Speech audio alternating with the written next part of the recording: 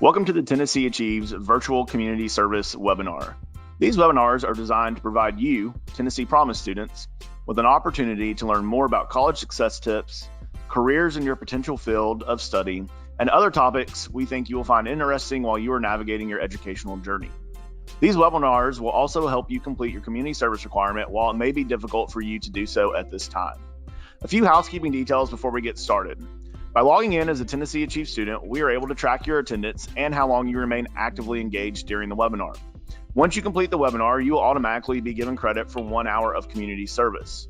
We will track how long you watch, and if you do not watch the webinar in its entirety, you will not receive credit. You do not need to complete the community service form for these webinars. tnAchieves will log your hours for you. tnAchieves staff and partners across the state are providing important insight and information we think you will find entertaining and informative. We hope you enjoy this new series of webinars. Welcome to the tnAchieves Virtual Community Service webinar. Today we have a really exciting topic with a really exciting panel about leadership.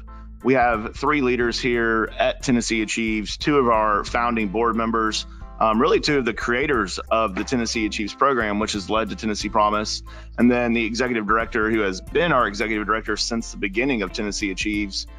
3 people I know that I've learned a ton from. This is Graham Thomas at tnAchieves, but 3 people that I've learned a lot from over my 11-year career at tnAchieves. We have Randy Boyd, who is the chairman at tnAchieves. He's also the president at the University of Tennessee. Mike Ragsdale, who's a founding board member, created the program as mayor of Knox County, is president at Tennessee Strategies. And then Krissy DeAlejandro, who is the executive director of tnAchieves. And today we're going to talk to you about leadership, a topic I think that you will have an opportunity to really learn a lot with our panel today. So to our panelists, thanks so much for being here today. Thanks, Graham. Appreciate it. Thanks, Graham. Glad to be with you and with Mike and Krissy. Great to hear you guys. Yeah, I think we're going to have fun today. Just to start out, Randy, we can start with you if you'd like. How about you just tell us a little bit about yourself, where you're from, where you went to college, or for all of you, I think you've all been to more than one college, which degrees you have earned, and maybe just a brief summary of your career. Okay, so Randy Boyd, born in South Knoxville, went to Doyle High School.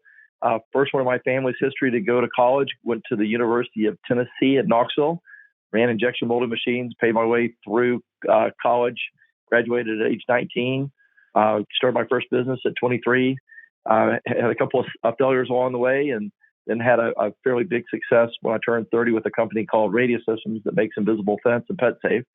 Been running that company for 30 years now, and along the way, I've got some great people that do all the important work and have allowed me to volunteer my time and resources to other great causes like the University of Tennessee and nothing greater than tnAchieves. That sounds great. Thanks, Randy. Mayor Ragsdale, what about you? I grew up in Cleveland, Tennessee, and like Randy and Krissy, I'm a first-generation college student. My mom finished the 9th grade. My dad graduated from high school, but they were very intent on me going to college. So in the fall of 1971, I started at the University of Tennessee, Knoxville, got my bachelor's degree there, had a scholarship to go to the master's program at Auburn University, and got a master's at Auburn, and then came back to the University of Tennessee. Actually went to work at Pellissippi State Community College, and then finished my doctorate in education at UT Knoxville. Great. Thanks, Mayor. Krissy? Yes, also first generation. So how fun that there's a leadership podcast with 3 first generation students. I grew up in Warren County, Tennessee, McMinnville, Tennessee, graduated from high school there, landed at the University of the South, Sewanee, and also at the University of Tennessee, where I was a doctoral student.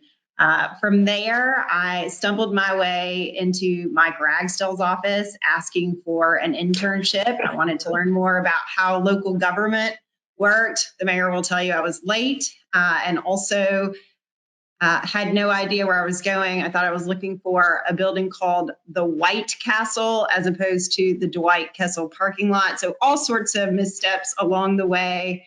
We launched tnAchieves in the mayor's office. The mayor was term limited, and I moved from his office to a company called Radio Systems Corporation, where Randy was the CEO and chairman at the time. And then we partnered with the state in 2014 to begin operating the Tennessee Promise. So 12 years with tnAchieves and Tennessee Achieves. Great. Well, thank you guys all for that introduction. I think my favorite thing about this seminar, Krissy kind of stole some of my thunder here, is that we have three Tennesseans from three different parts of the state, all the first in their family to go to college, which is the student that we strive to serve here at Tennessee Achieves. And so for our audience today, Tennessee Achieves and Tennessee Promise students, I think there's a lot to learn from this panel. And if you're ever wondering if you can make it to be the president of your own company or executive director of a nonprofit, we've got three examples here today to talk to us a little bit about how they did that. Randy, let's start out with you. Starting a business as a young entrepreneur, you talked a little bit in your introduction about launching a couple of businesses where you maybe had some struggles, but what did you learn about leadership in those early years, maybe through the struggles and then through the success launching Radio Systems, which would turn into be a multi-million-dollar multinational company? Well, it's a broad question. I've learned a lot of things over the last 30, counting the early years of struggling, the last 40 years. But I'll just say one thing. I've studied leadership and success in business and other organizations for all my life. And I've read lots of books. I've watched people try to model after other great leaders. And the one thing I've found is every person has a different path to success. Whatever strategy or organizational dynamics that you study about, like having a transparent organization, moving decisions to the front line, empowering collaboration, all those positive things that you hear about. I can always find an example of somebody that did the exact opposite and was wildly successful. But the one thing that I found that every leader that I've ever met that was successful had in common was persistence. This undefeatable determination to be successful. Everybody that I've ever met that's been successful has struggled, has stumbled, has had some failures. But what defines them as opposed to those that aren't successful is they just keep picking themselves up and moving forward. And so, I guess we can talk about a lot of things, and we can talk about more later. But probably the most important thing is just never give up. Be persistent. Randy, you talk about being persistent and that never give up attitude. You hear a lot of leaders talk about how they learn more from their failures than they do from their successes. Have you found that to be true in your career? Oh, absolutely. We talk about that at my company all the time, that you definitely learn more from your failures than you do from your successes. Oftentimes, your successes give you a sense of self-confidence or potentially an illusion of infallibility, which is never correct. So we always learn more from our failures. And one of the things I encourage young people to do is to get out and get started and get a failure or two out of the way early. You never want to start anything thinking you're going to fail, but you're going to. But you just have to try a lot of stuff and keep what works. Just make sure that your failures are ones that you can survive. If you're going to fail early, fail fast, and learn, and then keep moving. You just said one of my favorite things I think I've learned from you over the last 11 years. When Krissy and I and the Tennessee Achieves were working at Radio Systems, you had your values on the board, and one of them was try a lot of things and keep what works. And I think it's something that we've stolen from Radio Systems, and I'll let Krissy pipe in if she would like to. But why do you think that's such an important value? Well, if you're going to be successful, you're going to have to be innovative. And if you're going to be innovative, you're going to have to try some things that may not work. And if you try things that may not work, that means you're going to fail. It's kind of an ironic thing to think about, but if you're going to be successful in the long term, you had to be willing to fail in the short term. And the only way you do that is by encouraging people to try. I can tell you now in the public space, both going from government to now higher education, that's antithetical. It's not something that people in higher education in particular are used to thinking about, trying things and being willing and accepting that you might fail.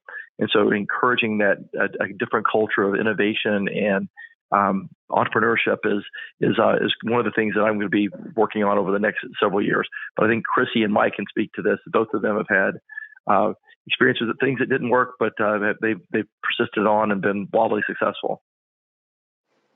And Krissy, you want to talk about why at Tennessee Achieves we've taken that value and why it's such a part of our culture now?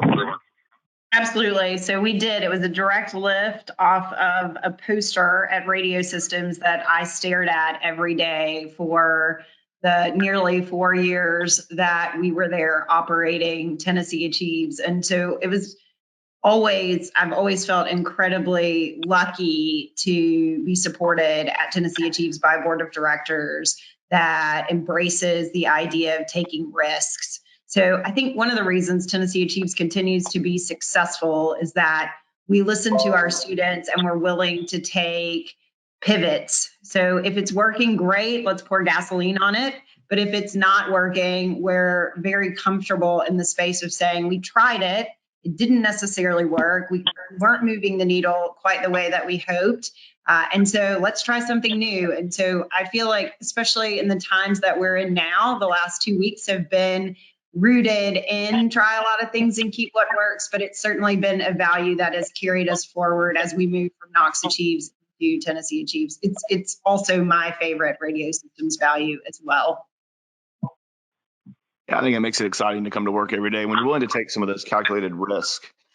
Mayor, what about you? You started your career at Mississippi State. What did you learn as a young professional about becoming a leader and leading a team, and maybe some of these things that Randy and Krissy have talked about, and trying things and maybe some failures and what you've learned along the way? Well, at age 29, I was a dean at Mississippi State Community College. So there were lots of trying times being that young, because most of the time the folks that I managed and worked with were much older than me. I learned about communications there from two standpoints. I was always reasonably articulate, but there are two sides to communication. The second side is equally as important as being articulate, and that is, are you a good listener? And I'll never forget one day an older person on my staff came up to me and said, you're one of the more articulate people I've ever met. And I said, well, thank you. I really appreciate that. And he also followed it up by saying, you may be one of the worst listeners I've ever met as well. And years later, that's really stuck with me. So I've always tried to be a good listener as well as a good communicator, because if you're not listening, you're certainly not learning anything. Following up on leadership, I have noticed over the years, when you look at people who are really successful leaders, I think they typically have three traits. One is that they're almost always prepared. They rarely get caught off guard because they know where they want to go. They've done their homework. They're prepared. Secondly, they're optimistic. No one wants to be around someone who is negative. And I think, to follow up on what Krissy said, particularly in this era that we're in right now, we need optimistic leaders, not pessimistic leaders. That doesn't mean you sugarcoat things, but it's find good things that are kind of going to be ahead of you in the future and focus on those. And the last thing is, to Randy's point, I don't think great leaders give up. They don't quit. It doesn't say when an idea is totally gone bad, you discard it and look for something else. But that persistence, that stick-to-itiveness is so very important in leadership. And those three things, you got to be optimistic, you got to be prepared, and don't quit when you hit a bad bump in the road. Yeah, I think that's really good advice. And I think something you've all talked about is sticking with it and having that can-do attitude. Randy, I know one of the things that a lot of people struggle with is change and growth and not consistently doing things the same way. You talked about how in higher ed, it seems to be kind of a trend that a lot of institutions kind of operate business as usual. I'm sure there are times at Radio Systems where you had periods of a lot of growth and a lot of change very quickly. What is it like to lead through change like that? Well, one of the things that you've always got to do is have a mission that everyone is excited about achieving. We always say a great mission lives between the probable and the impossible. The probable is a mission that is something that if you just show up for work every day and you do your job, you'll achieve. It's a reasonable mission, but it's not very exciting. And the impossible mission would be something that nobody believes in. So a great mission lives somewhere in between that, something that is above and beyond what you would do on a normal day. You'd have to come up with something new to help you achieve it, but it's just within the realm of possibility. And if your associates, your team believes in that mission, they're excited about that mission, they'll withstand the changes that they'll have to go through to get there because they believe in the greater good. But nobody really likes change. We used to joke about it. If I walked into the room with all my employees and said, "Great news, everybody! We're gonna change everything today. Everybody's first place that they go is negative because they're worried that it might change something that's not in their benefit. So getting people and creating a culture that accepts change is hard, but and it takes a lot of selling and a lot of buy-in. So one of the things we spend a lot of time doing is communicating and making sure that everybody has a say. And if people can have a say in the change, they feel like that they had some contribution to it, they're much more likely to support it. You talk about having this mission and being mission driven. I've also heard you talk many times about having the big goals that you want to accomplish. Are those kind of the same? Are they similar? Do they work together? And then maybe talk a little bit about when you are creating these big goals, like the Drive to 55 or becoming the most pet-friendly city in the country in Knoxville. How do you set those? I know it's rooted in data, but can you talk a little bit about that process? Well, you look for something that you would aspire to be, and it's something that is between the probable and the impossible. Something that will energize people, that will get them excited. I'll use the current one, which is at the University of Tennessee. We have declared that we are going to make this the greatest decade in the history of the University of Tennessee. So that's the mission. We believe that's not being disrespectful of those that came before us. We believe that our predecessors expect us to make it a better decade. But we also know that it's a really high bar, because we've had some great decades in our 225 years. And so that's the mission, to make this the greatest decade. Now, the objectives will be very specific, measurable things that we need to do. For example, enrollment growth. Here's a challenging one. Andy Holt, from 1960 to 1970, grew enrollment by 300%, from 11,700 students to 37,400 students. Now, I'm not sure how we go about doing that, but we have to think differently about the way in which we approach our enrollment and who we are as an organization. But that would be, I guess, an example. Come up with a mission that is inspiring, that makes people want to be a part of it. And then you create the objectives that are also challenging, but that are measurable, and that if you accomplish, will help you achieve that mission. Yeah, 300% growth. That's a lot in just a few years there. Krissy, you started your career in the mayor's office. Talk to us a little bit. A term that we still hear a lot about is servant leadership, and working for county government. You are not working to make a profit, but you're working to serve the people of Knox County. What did you learn in that role?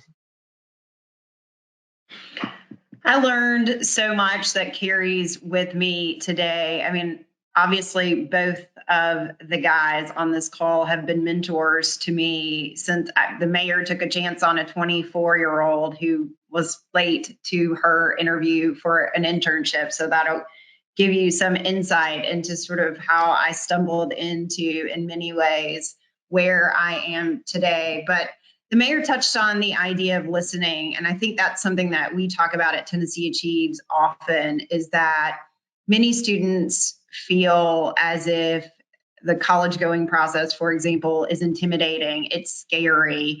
And oftentimes they want someone to listen as opposed to be there with all the answers, or preach to them about what they should know, or talk to them about how they can become savvier students. And so we talk often at tnAchieves about the art of listening. And I learned that by answering the phone. My internship was not glamorous in many ways, but I learned so much. I answered the phone, constituent calls about potholes and all sorts of different things that probably didn't feel incredibly important to me as a 24-year-old at the time. But it was oftentimes the most important thing happening for that constituent. And it taught me patience.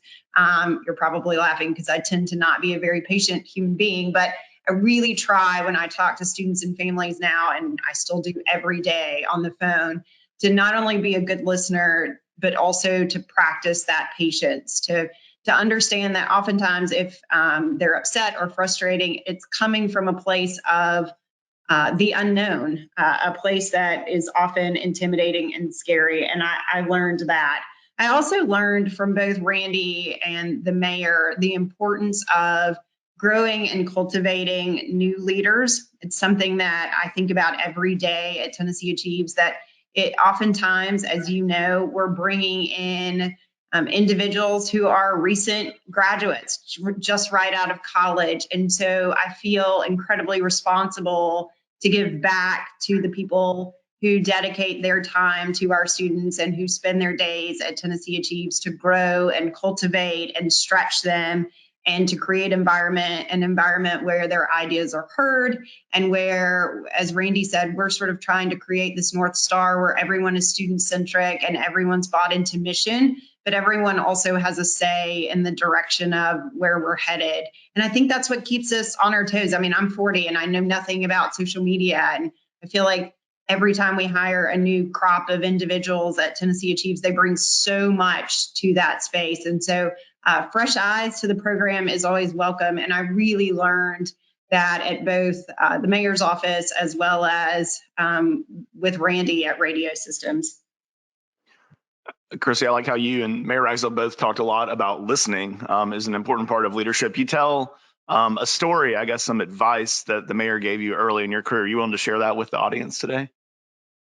Sure. So very early in my days, I think being a first generation student and the mayor's office serving as deputy chief of staff in many ways was my first real job. I was teaching as a doctoral student at UT and then later at Pellissippi, but it was my first real job. And as the mayor said, at 29, he was often managing individuals older than him. And I was in a similar space in the mayor's office, but I was 25 years old. And so I think I had a real deep desire to prove myself and to often show how smart I was. And if you could see me, that's air quotes.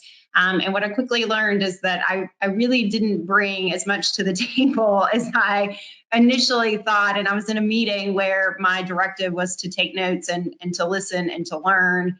And I decided that I should speak up, really knowing nothing, but again, having this pit in my stomach to need to prove myself and show that I belonged in the room. And the mayor pulled me aside after and was very kind and said, for the next 6 months, you are tasked with listening, really listening and trying to understand workforce development and economic impact, which was later handed to me as a very big project and later resulted in tnAchieves, which has been life-changing for me. But it was really great advice. He told me unless I was bursting, I remember on the inside, that I shouldn't talk and that I should really listen. And it was great advice. And I still give that advice often to the individuals who come to Tennessee Achieves. We're willing to take you anywhere. We want you to learn, but your job, especially in the first 6 months, is to really listen unless you're bursting on the inside. So thanks for that, Mayor. You're welcome. Perfect transition, Mayor. I was going to talk to you a little bit about, you served, I think, 2 terms on the county commission, if I remember correctly, 2 terms as mayor. So a little bit different than what we've been talking about so far today, but more leading in that public sector, serving constituents in Knox County.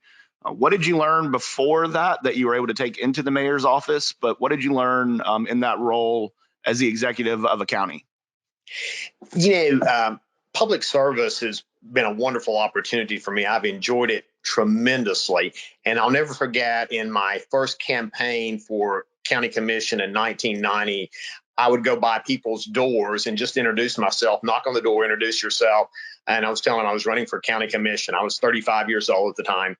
And it was so enlightening to listen to people. And amazingly, people could ascertain very quickly whether you truly cared about them or not. And if you do care, that's going to lead to great success for you, because you're always going to have people's interest at heart and trying to be moving in the right direction. So public service was really good. The 8 years I served on county commission in a legislative body allowed me to learn a great deal to take to the mayor's office. I knew that we needed some really bold goals, and being term limited, and you knew you had an 8-year window there, you wanted to accomplish some things very quickly. So you knew you were going to make some mistakes along the way, and we did, but we also achieved some great things. But we had a very simplistic message. It was like, we want to do these 4 things really, really well. We want to give children an opportunity to go to a great school, get a great education. We wanted to create new and better jobs for our citizens. third goal was we wanted to make certain that our seniors and our veterans were taken care of. They are very special people in every community. So consequently, that was important to us. And our fourth goal was we wanted to make our government better every day. So we set out some very specific tasks that we wanted people to accomplish and encouraged them to do this and showed them what we wanted to achieve and why it was important to citizens in our community. And consequently, we had some great success in doing that. But I think if you're goal oriented and you're focused, you can achieve some great things. I think if you just sort of it's take every day one at a time, but with a goal at the end of that day, you're going to be successful. But if you don't have any plans and you're not prepared, I think you just sort of find yourself floundering around, oftentimes not getting anything done. Mayor, I think one of the knocks sometimes about government is that it moves really slow, but it sounds like you set an agenda to get things done quickly. How did you manage to do so much of the things you wanted to accomplish in such a short amount of time? We weren't afraid of making mistakes. We, as Randy sort of alluded to, and Krissy as well, we knew we were going to make some mistakes along the way, but our thought was, if we don't make some mistakes, we're not going to achieve anything either. So we just kept pressing ahead. So when we made a mistake, we said, okay, that didn't work well. Let's forget it and get on to something else. And that served us very well. We never came into a meeting and said, woe is me, or the newspaper's talking about us badly, or this one didn't really go right. We sort of put that mistake behind and pressed ahead to some things that we could achieve very, very well. So I'm very proud that we were able to do that and accomplish that during the administration. The other thing that's important about leadership is surrounding yourself with really good people. You need to surround yourself with folks who are smart, who are articulate, who are driven, and they do not necessarily have to agree on everything. In my administration, we had both Republicans and Democrats. Each of them contributed equally, and their opinions were valued equally. So that's surrounding yourself with really good folks, I think, is a critically important factor as well. Yeah, absolutely. It's not always great if you're the smartest person in every room, right? Well, I was rarely the smartest person in any room, and it may have been when I was the only person in the room. But going back to the University of Tennessee, I think we can all relate to that, Mayor. Randy, you commented earlier about Andy Holt. Dr. Holt's, one of his great sayings was, I want to surround myself with people who are smarter than me, and then let them do their own thing, and just keep me clued into what you're doing, and let me know what you're doing. And we're going to have some great successes here. And I think when you look back, Andy Holt was a great leader at the University of Tennessee, and he was a goal setter. And this decade that we're getting ready to go through at UT now is going to be successful because we have goals. We know where we're headed. We know where we want to go. It's going to work out great. I like that the conversation it seems like it keeps coming back around certain things: listening, goal setting, not being afraid to fail, and trying a lot of things. One of the other things that we've talked a little bit about now is some of this serving the public. tnAchieves is founded on the idea that community service matters. We have a community service component for our students. We have a 9,000 person volunteer program. I know that all of you serve on boards of nonprofits, and that you're all extremely involved in the communities where you live. Randy, I know the community service idea was your idea, so maybe we can start with you. But anyone that wants to chime in here, please feel free. But why is community service important? Why is it important that you give back and serve the community? Well, I want to just maybe give a bit of historical reference to how we ended up with a community service component. I've always said that it's easy for me to brag about tnAchieves because it wasn't my idea and I don't do any of the work. It was mostly Krissy and Mike's idea, and Krissy, for the most part, and you, Graham, and your team do all the work. The one thing I like to take a touch of credit for is the community service piece, because I grew up in Boy Scouts, and in Boy Scouts, every time you do earn a badge, you have to do a community service project. And so I thought when we created this, if we're going to be doing this for these students, then they should be doing something back for the community, and we'll ask for a day's worth of community service. But it's so important for us all to give back. I think we're all more blessed than we sometimes remember, and to give back to those that to our community and others that may be less fortunate. I think it's just important about something for all of us to do. And we're hopeful, through the community service component of Tennessee Achieves, that people meet their obligation because they're required to, but through the process fall in love with the idea of giving back, and either give back to those organizations they do during the Tennessee Achieves experience, or decide on another one. But it becomes a lifetime habit, like I know it is for Krissy and Mike. Mayor Krissy, do either of you like to add anything? Why is it important to give back to your community? President Reagan had a great saying. We're not here just to bide our time. We're here to make a difference. And you make a difference not only by working what I would call your job, but you also make a difference by volunteering outside your job in your community. Right now, when we find ourselves in a really trying time in this country, we're going to get through it, not because we're necessarily smarter than everybody. We're going to get through it because we care about everybody, and we'll encourage each other, and we'll work together to make things better. And if you want to have a really great American community and a really great country, you've got to care. You've got to volunteer outside of your own job, outside of your comfort level sometimes, to help people. And if you can do that, I'm convinced we can accomplish virtually anything. So that community service piece that Randy really brought to this program goes a long way, I think, in inspiring young people to volunteer, to be active in their community, and to make a difference.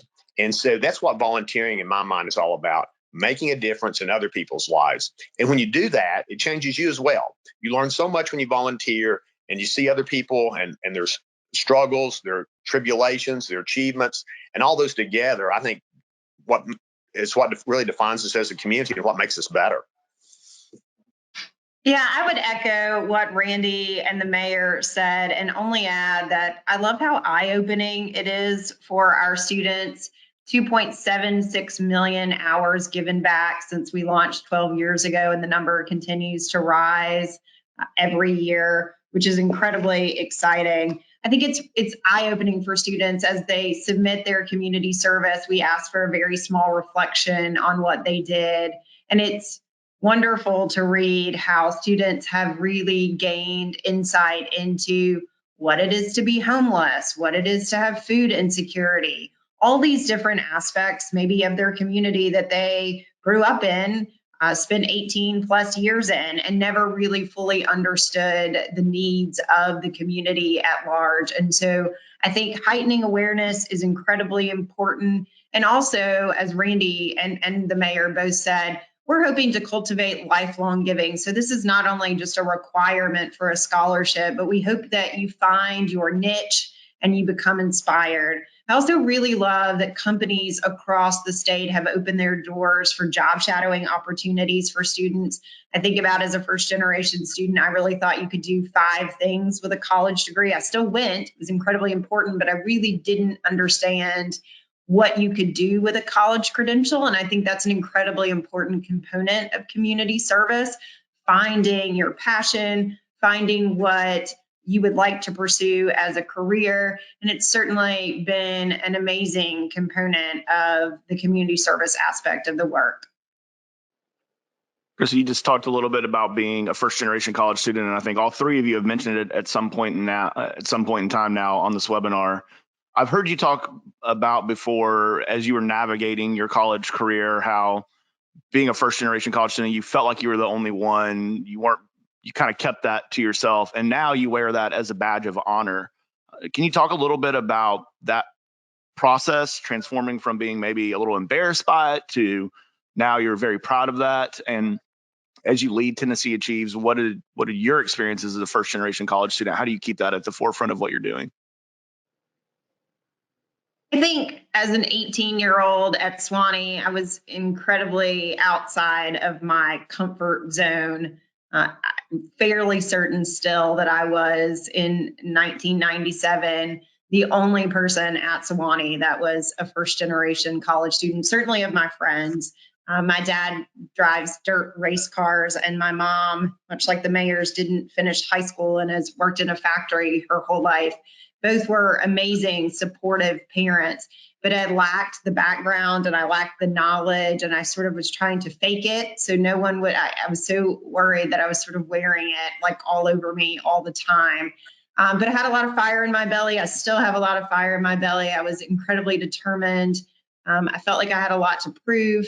And so out of luck and with a lot of support, I made it to the other side. And there was this moment when we launched tnAchieves, and the mayor and Randy were there to witness it, where I realized that it was my job not to be the smartest in the room, because I never was, but to really set the example that I'd come out on the other side and had found success and found something I was incredibly passionate about and wanted to work really hard for. And so I wanted to be, this sounds probably crazy, but I wanted to help other students find that passion. And I wanted to be inspiring on some level. Not that students want to be like me, but that my journey perhaps allows students to realize that there is something on the other side. So I think in many ways it was setting the example. And now I'm so grateful to my parents, who I think about now when I received my acceptance letter to Swanee. I floated out to the garage where my dad was to tell him, and this look on his face that I couldn't identify at the time, but now like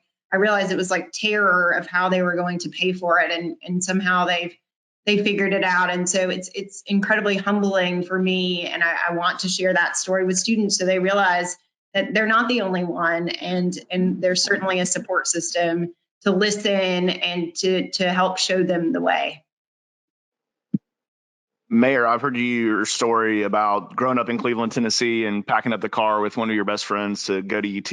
And eventually at UT, you were awarded the Torchbearer Award with the highest honor for an undergraduate student at UT. But talk to us a little bit about being a first-generation college student and how that shaped you throughout your career. I tell you, from first day at UT to a Torchbearer was an incredibly magnificent journey, and I was so fortunate and blessed. But I have to really give a great deal of the credit to my mom and dad. Neither one of them had an opportunity to go to college. It wasn't an option that was on the table for either of them. And they worked so very hard to put me in a position to have that opportunity. I was pretty driven, because if college wasn't going to work, my fallback position was going back to Cleveland and my old job at washing cars at Benton, Pontiac, and Buick. Well, I was glad to have that job at the time. I knew it wasn't a great career path. So was there a little bit of pressure to succeed? Yes, for two reasons. One, I knew personally I needed it and wanted to do it. But secondly, I didn't want to let my mom and dad down. And I'll never forget, during some rough patches early on when I didn't know if I could achieve it or not, I would call my dad, and he would always give me encouragement and tell me, just do the best you can. Your mom and I believe in you, and we think you can make this work. And when we started the tnAchieves program, that was sort of the premise. We had people in our office who their parents had never been to college before. They had this opportunity. We wanted to give that to others, an opportunity to succeed, someone there to encourage you, your mentor, your parents, whomever it may be. So, yes, I mean, I look back on that with some really fond memories. And again, so much thanks to my mom and dad for helping me get there.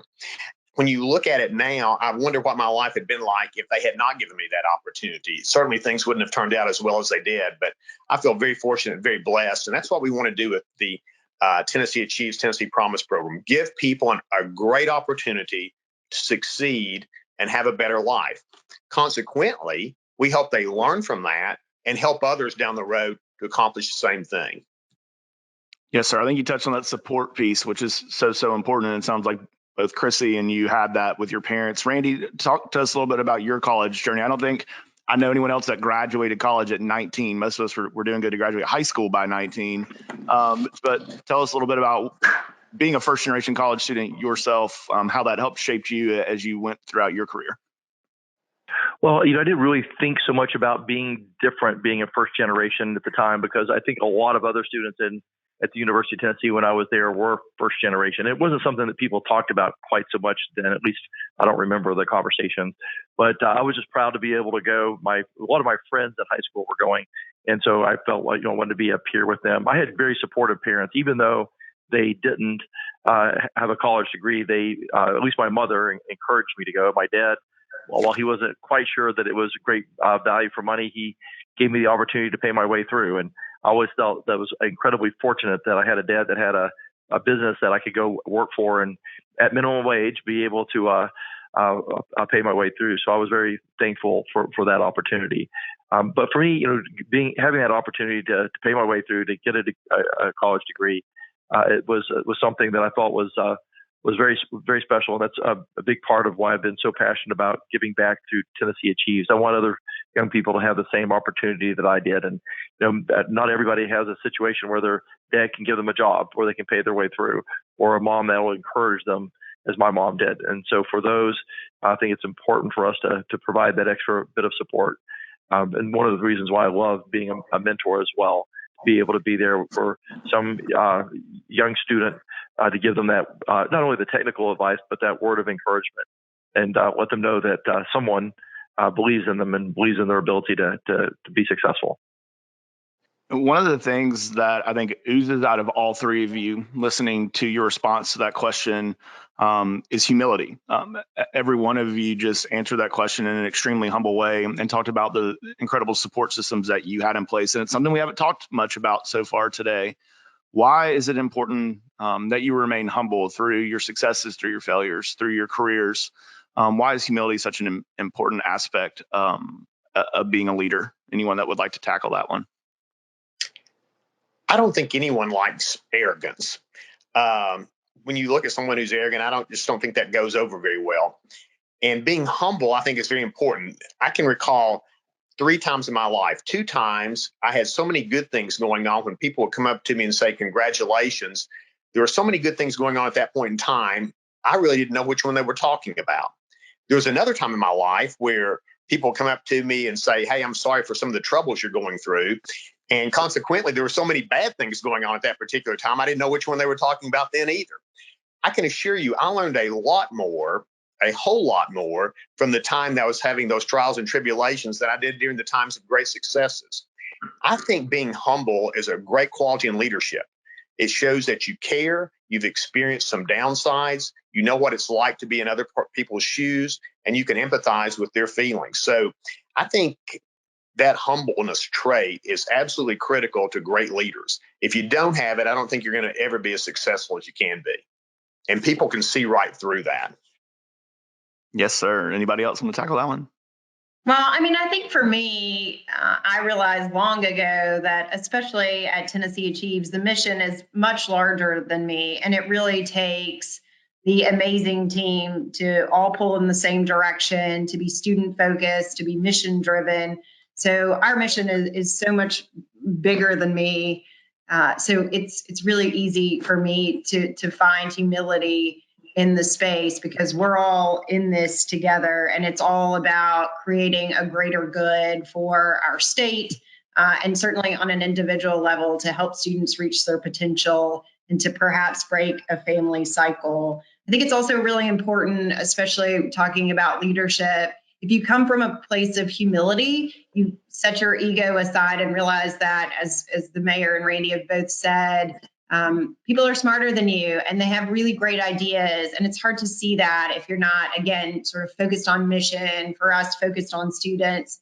And so also coming from the background I came from, I walked to my first job when I was 14 to make snow cones at the ball field. So I still sort of pinch myself that I've made it where I have, and I just have an incredibly grateful sense of I get to wake up every day and do something I love, and also have the ability to help people.